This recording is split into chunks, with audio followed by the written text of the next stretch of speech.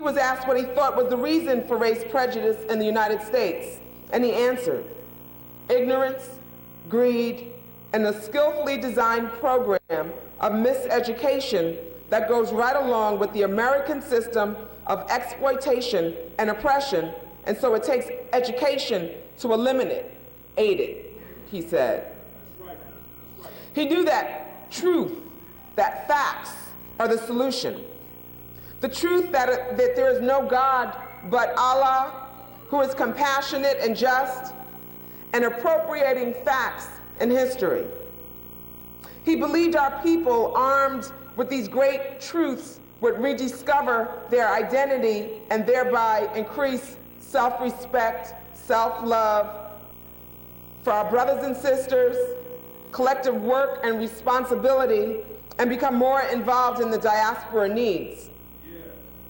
I'm sure you've heard the expression charity or love begins at home and spreads abroad. Well, my father didn't just teach the truth around the world, he made certain that my sisters and I were also armed with the truth about God and about history. I was only 2 years old, almost 3, when my father was assassinated, but my mother devised an ingenious plan for raising us in a 2-parent home. And I remember doing my, you have this paper that you have to do when you're working on your master's. I don't know how many people here are working on it, right? You have to do these papers and so forth. And one of my papers, my girlfriend didn't know. I went to private school. Most of the students were white. And, a little diversion. This is why I have to follow my little script because I start going all these different tangents. But I have to remember my story about Kathy and the master's program. And I forgot it already. But anyway, I was working on my master's program, and we had to do a paper. And my girlfriend doesn't know that I did it on her, meaning she was raised in a 2-parent household. I was raised with one mother, and the discussion was the dysfunction of living in a single-family home. That if you come from a single-family household, that you're going to have all these issues. And so my paper was, are 2 dysfunctional parents better than 1 functional parent? But if my girlfriend knew,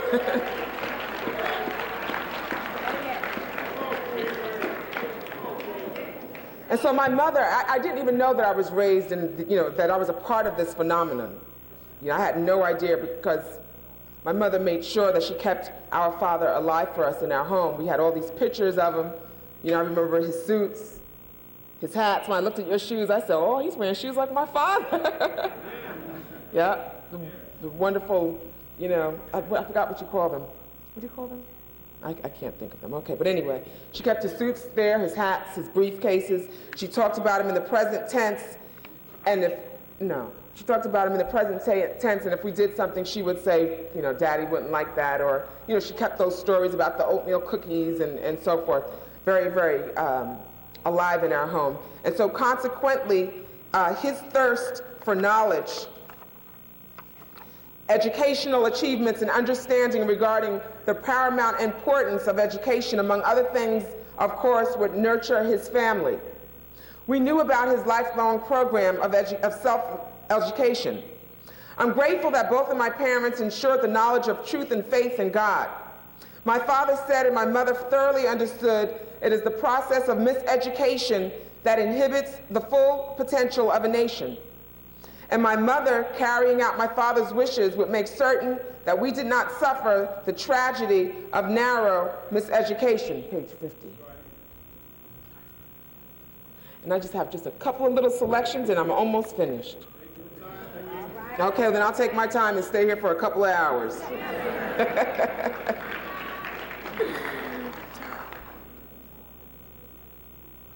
Among the other African-American families at our mosque were the Yobas, whose son Malik is now an actor best known for his starring role on the series New York Undercover. Do you all remember him? There was also a family named Kareem. Their son Gamal was my first boyfriend. We met when I was 6 years old. He was about the same age as I and looked like Michael Jackson, who at the time was my idea of a dream date. I was just a regular girl. Just a regular girl. All the girls liked Gamal, but for some reason he chose me to be his girlfriend. Not that being his girlfriend entailed very much, the occasional shared piece of chocolate or affectionate pop in the arm. Then one day when I was 11 years old, we were, dating for a very long time. When I was 11 years old, Gamal apparently decided it was time to take our relationship up a notch. During a break at the mosque, he began chasing me. And not knowing what else to do, I ran. I headed for the ramp linking the top of the mosque to the bottom. It was a long curving ramp, something like the one at the Guggenheim Museum. By the time we ran all the way down, I was exhausted and not even sure what I was running from. But then Gamal caught up to me and kissed me on the cheek. It was my first kiss of any kind from a boy, and I wasn't ready. I told Gamal we were finished. He took it with aplomb, and a few weeks later, he had a new girlfriend, my own friend named Suhaila. One day, we heard the Kareems were going to Africa. Now, despite my mother's educational efforts, we were still average American children, meaning we watched Saturday afternoon television like everyone else. We saw those movies of Tarzan swinging through the jungle like some loin-clothed superhero, while the Africans ran around with bones in their noses, scared of their own shadows, trying to catch some poor, defenseless white woman and boil her for lunch. I know you remember that. You remember. Africa did not seem like the safest place to be, let alone a place I'd be proud to call my ancestral home. So when I heard the Kareems were going there, I ran to my mother alarmed. Mommy, the Kareems are going to Africa. I know, isn't it exciting? I was frightened from all the depictions I'd seen on television. No, it wasn't exciting at all, it was scary. Africa was full of vicious lions and bug-eyed folks with spears. And could you imagine Malcolm X's daughter? I know my mother said, oh my gosh. And worse, there were no grocery stores. Will the Kareems be able to eat chocolate, I asked her? This was a big concern of mine. They'll be able to eat chocolate if they want, Ilyasa. Well, where will they live? In huts? No, they will not live in huts. She probably started looking around hoping there was no one else listening. They will live in a house. Is there water? Will they have clothes? It wasn't as though I was completely ignorant about the motherland. My father, of course, had traveled the continent extensively before his death, and even said that were it not for his commitment to the struggle at home, he would have stayed in Africa and probably would have still been alive. My mother had filled our home with books about Africa, with paintings and fine wood carvings from that continent. We had probably more than most black children of my generation a sense of Africa as a noble, enlightened place of great history, not as the third world, but the first world, the place where civilization began. Like so many African Americans of their generation and before, no, that's not what I want to read, but still there were those Tarzan movies. There were those skillfully created images of Africans running through the forest like bug-eyed madmen that have been indelibly etched into my mind. And once those images are present inside your head, they're hard to erase, especially if you're 8 years old. So you have to think about our children. Yes, sweetheart, my mother said gently. The Kareems will have plenty of clothes in Africa, beautiful clothes made of wonderful fabric like you've never seen. And this is about the time we began having tutors. As all of us are supposed to be to our children. So on Wednesday afternoons, Brother Ahmed Tawfiq came to our house to teach us Arabic and to lecture us about the Quran in Africa. He was a sheikh, the imam of the Mosque of Islamic Brotherhood, and a wonderful storyteller. We'd sit on the floor in the dining room after carefully writing our Arabic lessons for the day and listen as Brother Tawfiq wove stories of ancient kings and queens and great kingdoms. Before I learned about Dick, Jane, and Spot, I learned about Marcus Garvey, Nat Turner, Frederick Douglass. I learned about the American Revolution. Before I learned about the American Revolution, I learned about how Toussaint Louverture and Jean-Jacques Dessalines and those Africans in bondage of Haiti overthrew their oppressors and claimed their freedom in their land. That's what American history is all about. I learned about King Tut. I learned about the Prophet Muhammad and about Esau.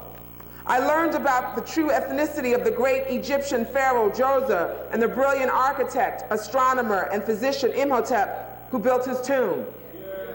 I learned that 4,000 years before the birth of Christ, the civilization of Nubia, Sudan, of Ethiopia gave rise to the nation of Egypt, which in turn gave rise to the great civilization of Greece. We all learn about Greece in our history lessons at school, but little about Egypt and nothing about Nubia. It's our responsibility. Through Brother Tawfiq, Mommy addressed the institutional notion that one ethnic group was superior to another. And listening to Brother Tawfiq, I learned my true heritage, and so I was armed when presented with a whitewashed view of history.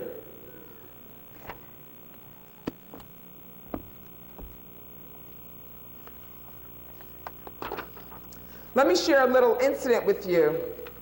Last spring, I traveled to Jordan to spend time with my friend, Princess Alia al-Hussein, eldest daughter of King Hussein bin Talal. She's a direct descendant of the Prophet Muhammad. And Princess Alia gave me many gifts, and of course, Linda was very fortunate that she could come along. One of which was to retrace my father's footsteps to Cairo, Egypt, and with a horseback tour of the pyramids and the Sphinx of Gizeh and the Holy Land of Jordan. And I was actually detained at customs prior to entry into Egypt because I had completed the entrance questionnaire in both English and Arabic. The clerks didn't believe I was American, as my passport indicated. That alarmed me because at first I'm wondering, what is taking them so long? And I thought it was Linda, and I'm like, could you just hurry it up? And I realized it wasn't Linda, it was me. So they questioned me repeatedly about my father's origins. I said I was African American. He asked which country. It was really awful because then reality sets in. I had to go back to basic history 101. And so I had to tell him, a long time ago, Africans were shipped from Africa. I didn't know which country, but they were shipped from Africa. They sailed the great ocean. They came to America. Some of them went, all these different places. But I would imagine that somewhere in my lineage that they were brought to Americas and sold off into slavery. And, he kept saying, which country, which country? I said African American. Then I was like, black, black, black.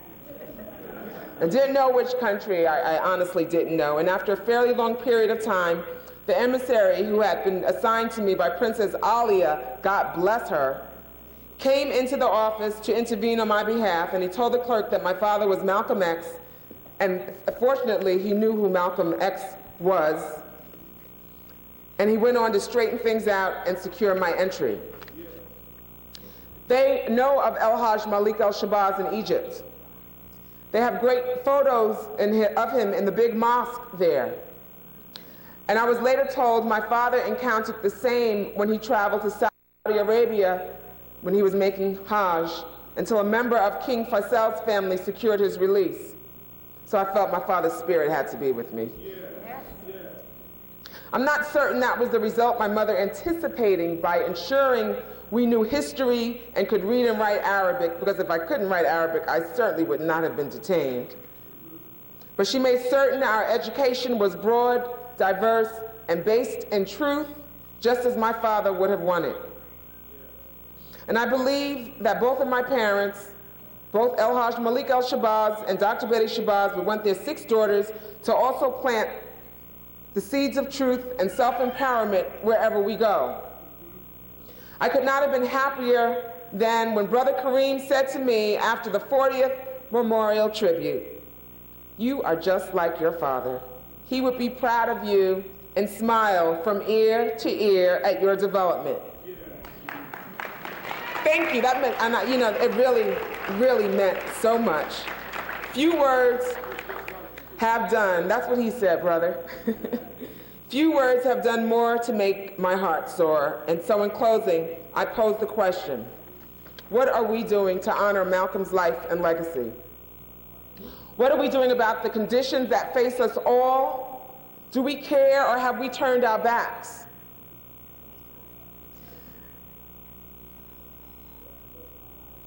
In order to exercise freedom in our religion, we must exercise freedom of our own humanity. And let me say this, there are some who would limit our religious freedom and condemn Islam and Muslims on the basis of the tragedy of 9/11 and the travesties of wars and conflicts in the world. And I think my father would absolutely reject these attempts and respond to the faulty premise that the way he always did.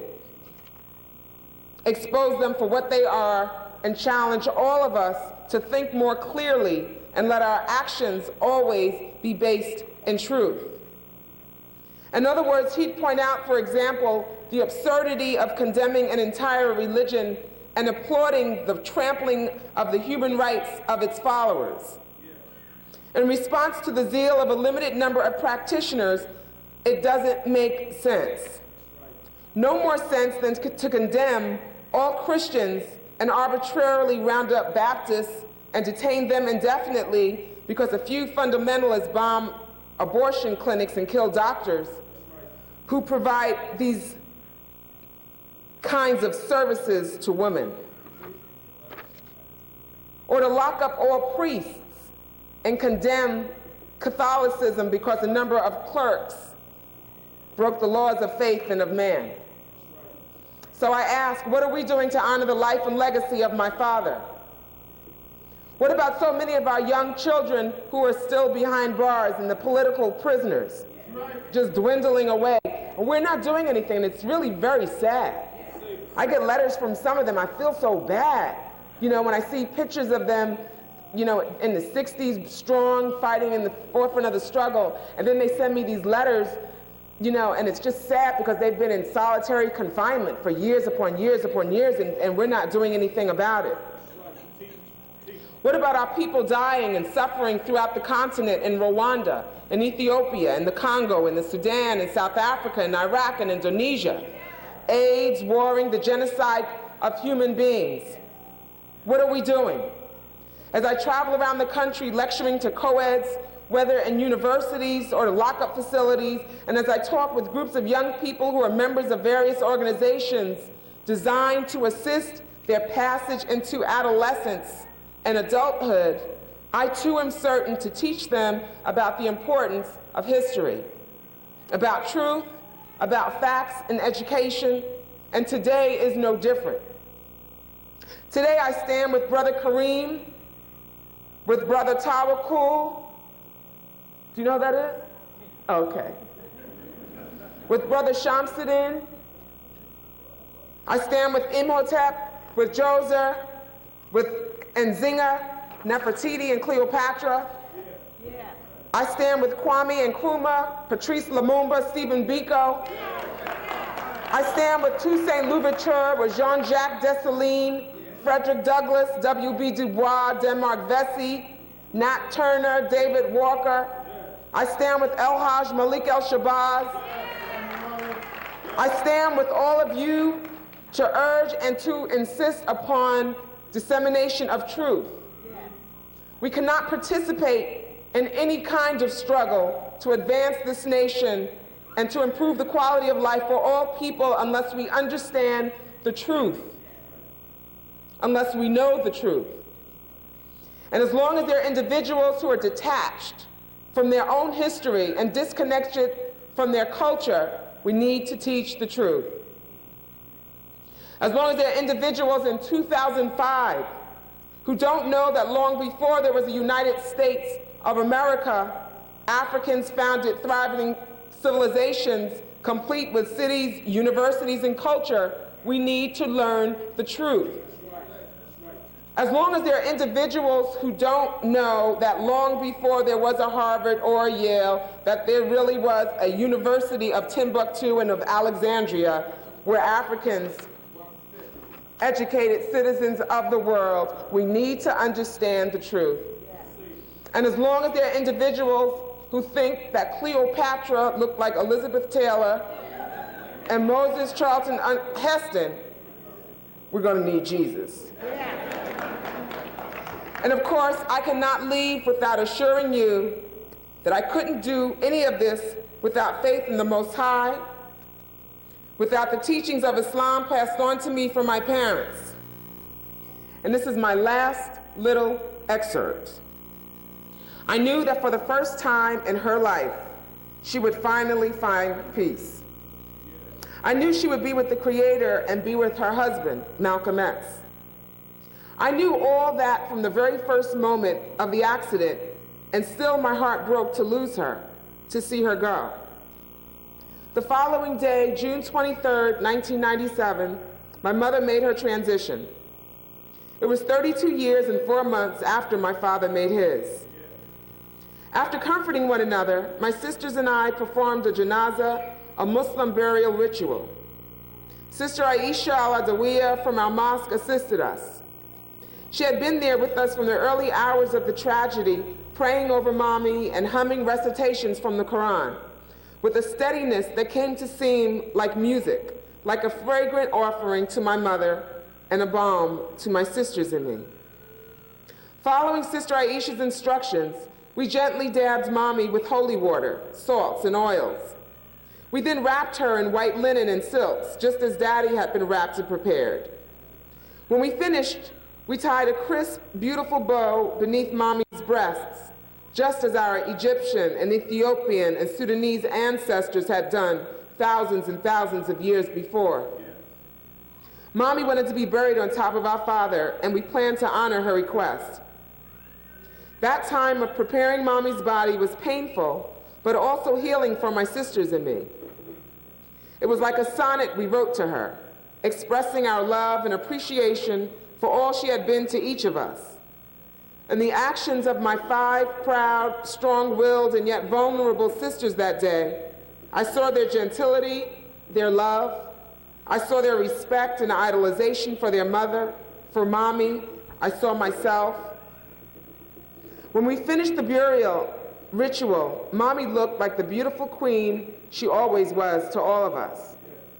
A beautiful queen dressed all in white, who, having raised her 6 daughters and sent them into the world to carry on the fight, was now going to greet her king, our father, El-Hajj Malik Al-Shabazz, Malcolm X. There was a time in my life when I believed that if something happened to my mother, I'd crumble. I'd be completely and utterly lost.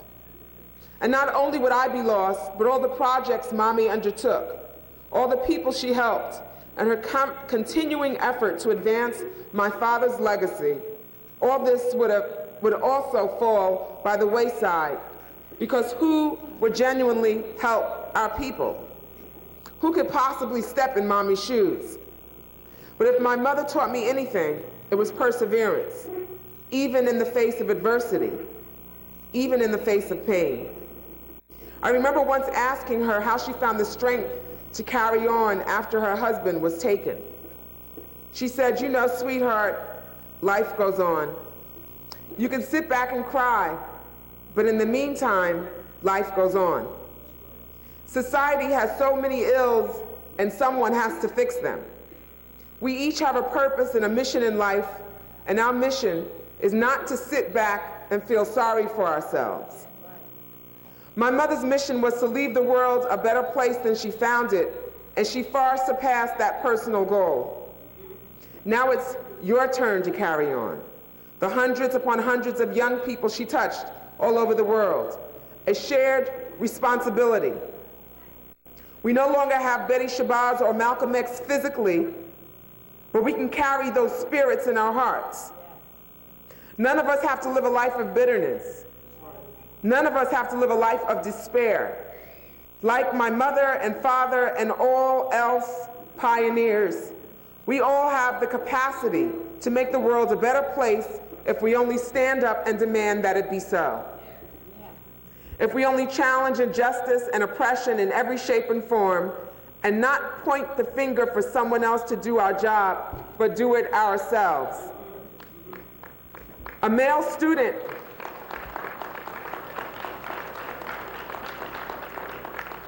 A male student attending Medgar Evers College told me a story of my mother. He said he was hanging in the hallway one day with some of the boys when Dr. Shabazz approached. He said they all became nervous and flustered and didn't know what to say to her. But the student told me Mommy was warm and loving, and she told him something he'd remember for a lifetime. She said, "You come from great ancestors. Act like it." And so, life is not a destination, it is a journey. Faith makes everything possible, and in order to succeed in life, we must first believe that we can. Thank you very much.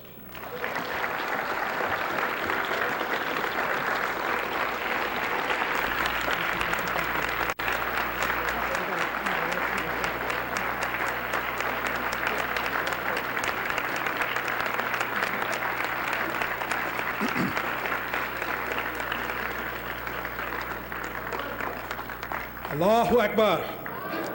We thank Allah, we thank Allah, we thank Allah. And no words can express the honor that we feel at having you in our presence today, Yasha. And we have this program sponsored by Wayne County Community College. And we want to take this opportunity to again acknowledge them and thank them for their support. And we have the Chancellor of the college here with us today, Dr. Curtis Ivory, who's here to, here he is, Dr. Curtis Ivory. Thank him for giving us tremendous support for these programs. Dr. Ivory. Good afternoon. I want to, first of all, thank you for being with us today. And thank you for your patience, community. We're going to continue to be visible. We're going to continue to bring you relevant and important programs. And hopefully the next program next year will be at our new campus on Outer Drive in Southfield. We anxiously await the construction of that new facility.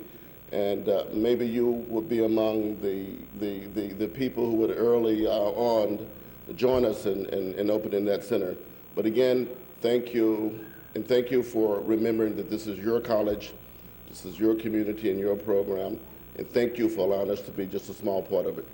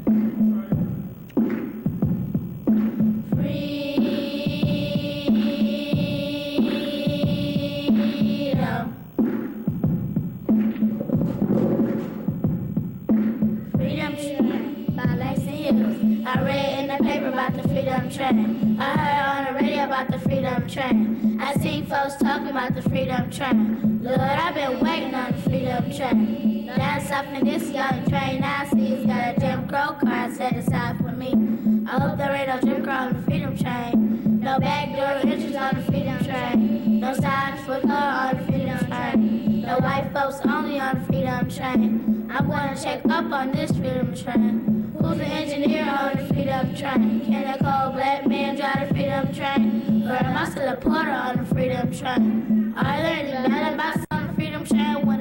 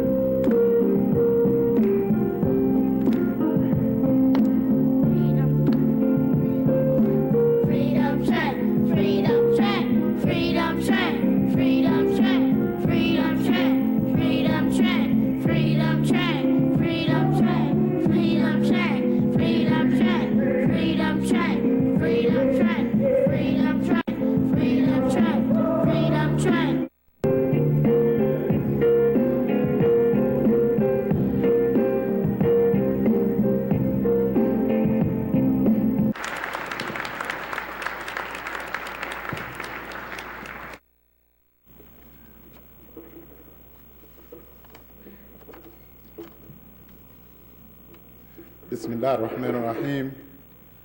With God's name, the merciful benefactor, the merciful redeemer, I'd like to say peace be unto all of you. Assalamu alaikum. Let's give another hand for God's special gifts, the young students from Malcolm X Academy.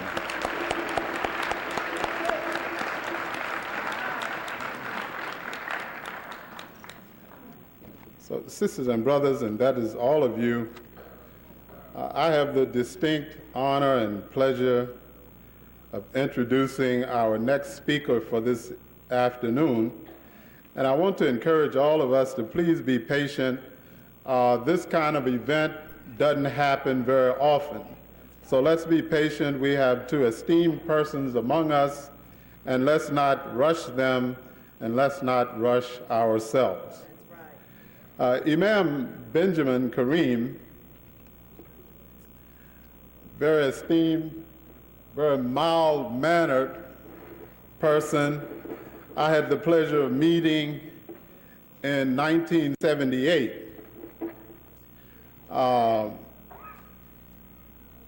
He was sent by Imam Warithuddin Muhammad, the leader of our community, to be the resident imam of the masjid in Richmond, Virginia. And as you may know or may not know, Richmond is a very historic city as far as Al-Islam is concerned and as far as Al-Hajj Malik Al-Shabazz is concerned. Reason being, and some of you may have heard this story before and some of you may not, there was a minister in Richmond that I had the pleasure of knowing. He was a great friend of mine. Minister David, we used to call him, who had a church there in Richmond, but he was a traveling minister. Him and his wife used to travel all over the country preaching. So he traveled to Detroit, and he had the experience, as he told me, and he told many others, of hearing Brother Malcolm speak here in Detroit. So he invited Brother Malcolm to come to Richmond and speak at his church in Richmond. And Brother can attest to what I'm telling you.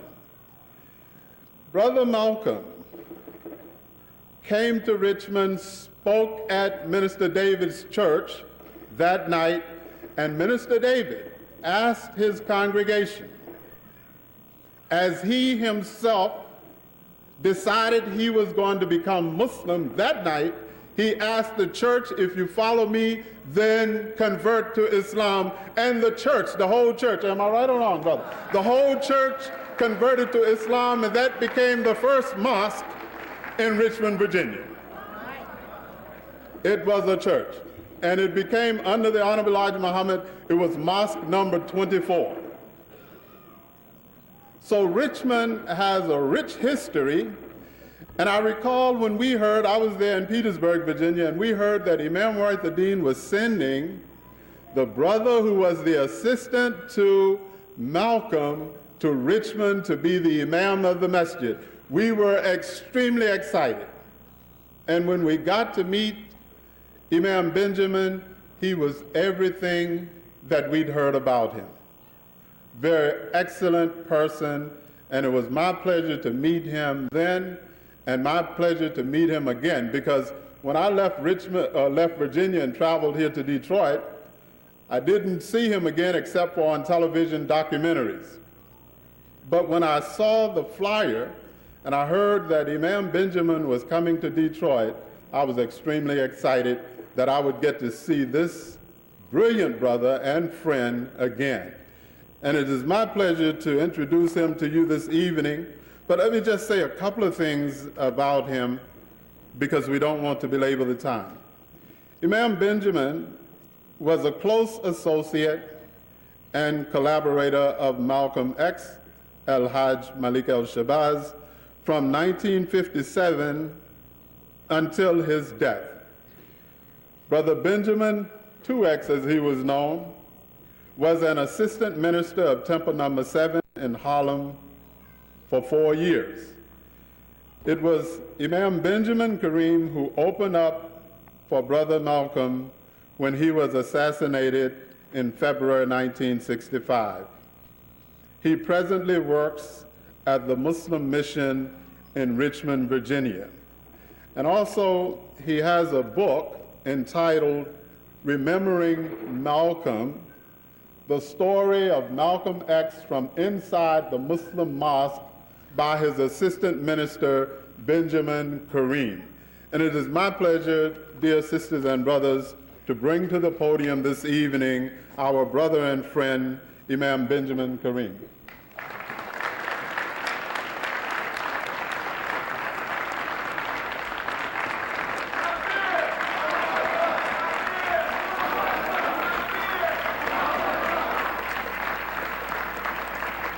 Assalamu alaikum. To Muslims, I guess it's afternoon. Good afternoon to you who aren't Muslim. After all this stuff said about me, I'm almost embarrassed to come up here. You know, when I was a child, I was born in little town, half country. And there was a house, big old white house. And every evening, bats would come from between the roof of the house. Bats, bats, bats. And we used to get out there in the open lot with a whole bunch of rocks trying to knock a bat out the sky. I mean, for half my childhood, I tried to knock a bat out the sky and could never do it. And then later on, I learned that bats have sonar, that they send out these sound waves and they come back. And the bat can tell where the thing is that his sound bounced from, what direction it's moving, how fast it's moving, just that quick. I don't know why I started talking about bats. It'll come back.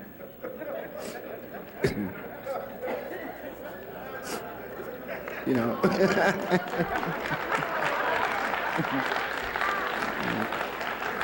You know, I guess it was a lesson that if a thing doesn't work,